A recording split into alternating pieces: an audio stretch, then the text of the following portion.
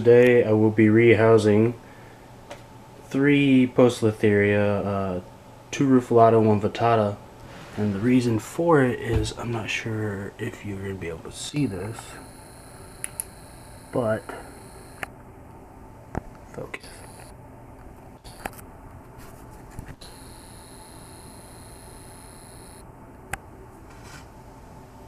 Ants.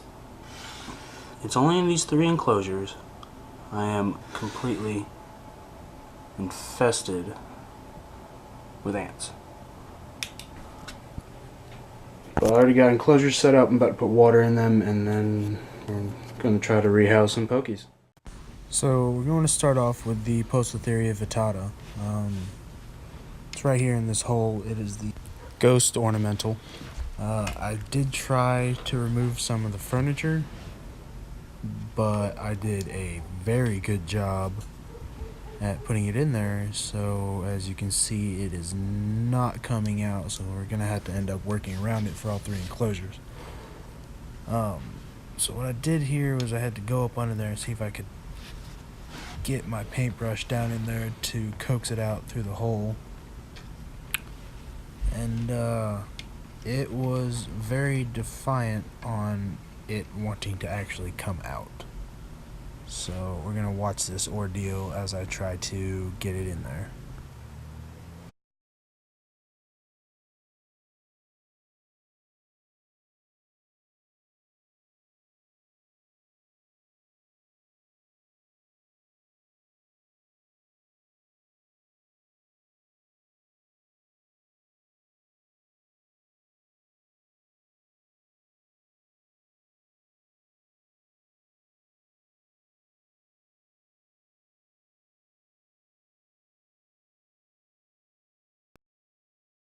Now, this is why when I deal with old world species, I usually use a second layer that the enclosure fits inside of, so I can put a lid over the top like this.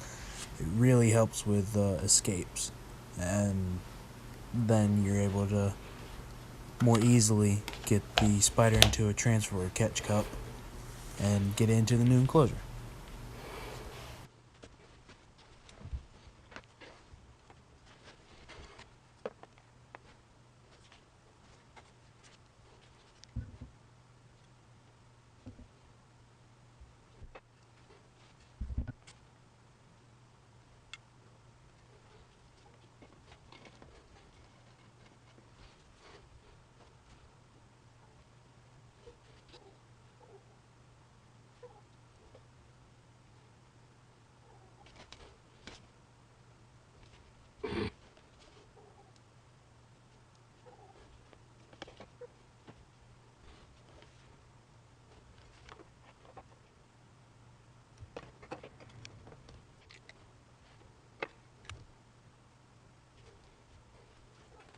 Now, that took a little longer than I would have liked to, but did it safely. Spider was not harmed, and we got it into a vessel without any issue. Now we're going to just transfer it over into the new enclosure I have ready for it, and get a lid on it and move on.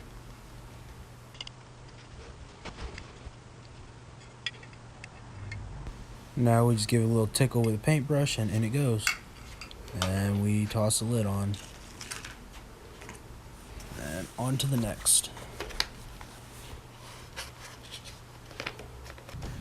Now we're working with the Poecilotheria rufilata, the slate red ornamental, and with this tarantula in particular, has been my nightmare. It is very fast, and during the unboxing, which I lost the video I had recorded for that, it had made its way up my arm into the sleeve of my shirt, and I had to take my shirt off without getting bit and without injuring the tarantula, and then it took me about an hour to actually get it off of my back to run back down the arm and get into a catch cup.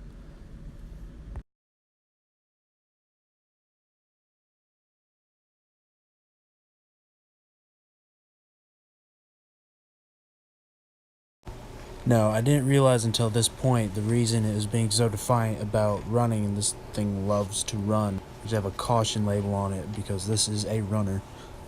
that it actually molted not too long ago. Its exoskeleton was still hazy because it was hardening. And normally I would not move a freshly molted tarantula, but because of the ant infestation, which I absolutely hate ants, this was an absolute must, and you really should not move freshly molted tarantulas.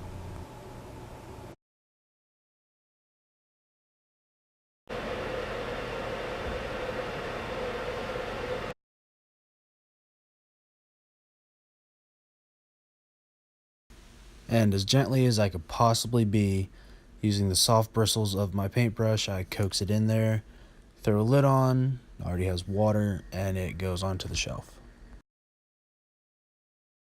And here's my second rufulata. Just gonna go ahead and jump right into getting us through this rehouse.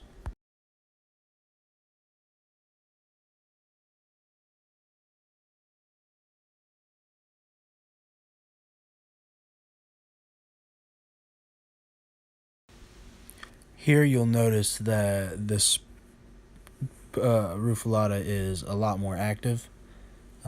This is more like how they should be acting.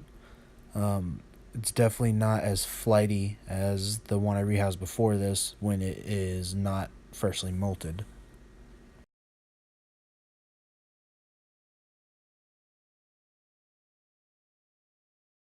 And this is 3 successful, uneventful rehousings, which uneventful is good.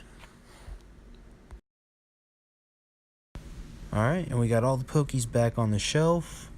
And now let's do a quick tour. I have my H. gigas here, and then my Vittata, Rufulata, my P. metallica is there, and I have my Avic into this container, and here in all this about 7.5 inches of substrate with a little tunnel, I have my E. marinus, so fossorial, and my big Lasiodora parahybana.